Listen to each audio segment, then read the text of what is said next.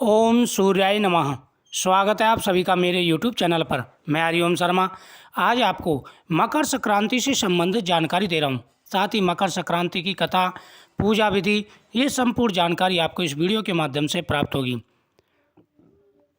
सूर्य संस्कृति में मकर संक्रांति का पर्व ब्रह्मा, विष्णु, महेश, गणेश आदि शक्ति और सूर्य की आराधना एवं उपासना का पावन पर्व है, जो तन मन आत्मा को शक्ति प्रदान करता है। शास्त्रों में मकर संक्रांति का विशेष महत्व कहा गया है। संत महर्षियों के अनुसार इसके प्रभाव से प्राणी की आत्मा शुद्ध होती है, संकल्प शक्ति बढ़ती है, ज्ञान विकसित होता है। मकर संक्रांति इसी चेतना को विकसित करने वाला पर्व है। यह संपूर्ण भारत में वर्ष में किसी न किसी रूप में मनाया जाता है। विष्णु धर्म सूत्र में कहा गया है, पितरों की आत्मा की शांति के लिए एवं स्वास्थ्य वर्धन तथा सर्व कल्याण के लिए तिल के 6 प्रयोग पुण्यदायक एवं फलदायक होते हैं। तिल से स्नान, तिल का दान, तिल से बना भोजन, तिल में तिल अर्पण, तिल से आहुति, तिल का उपटन लगाना, ये सभी मनुष्य को पवित्र करने वाले हैं। सूर्य के उत्तरायण होने के बाद से देवों की ब्रह्म मुहूर्त उपासना का पुण्यकाल प्रारंभ हो जाता है। इस काल को ही परा अपरा विदा की प्राप्ति का काल कहा गया है। इसे साधना का सिद्धि काल भी कहा गया है। इस काल में देव प्रतिष्ठा, गृह निर्माण, यज्ञ कर्म आदि पुनीत कर्म किए जाते हैं। मकर संक्रांति के एक दिन पूर्व से ही व्रत उपवास में रहकर योग्य पात्रों को दान देना चाहिए। रामायण काल से भारतीय संस्कृति में दैनिक सूर्य पूजा का प्रचलन चला रहा है। राम कथा में मर्यादा पुरुषोत्तम भगवान श्री राम द्वारा नित्य सूर्य पूजा का उल्लेख मिलता है।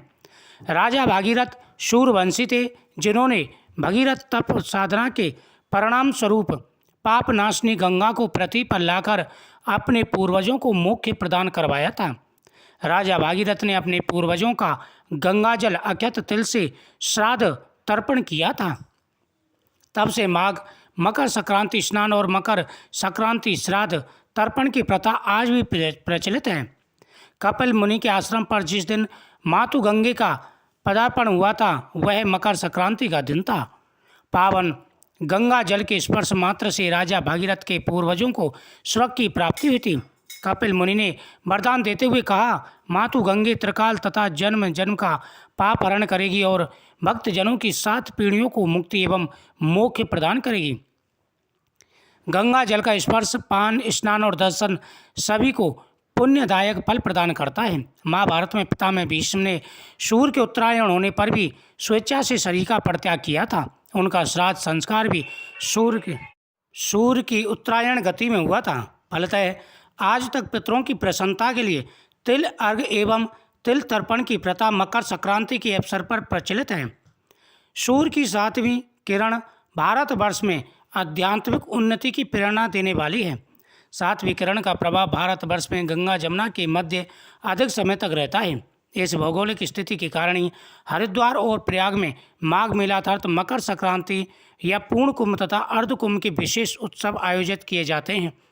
मकर संक्रांति का दिन विशेष शुभ माना गया है। मकर संक्रांति के दिन दान पुण्य का विशेष महत्व होता है। मकर संक्रांति के दिन जो व्यक्ति पितरों के नाम से दान करते हैं, उनके ऊपर सदा ही पितृ प्रसन्न रहते हैं। मकर संक्रांति के दिन दीप दान का भी विशेष महत्व होता है।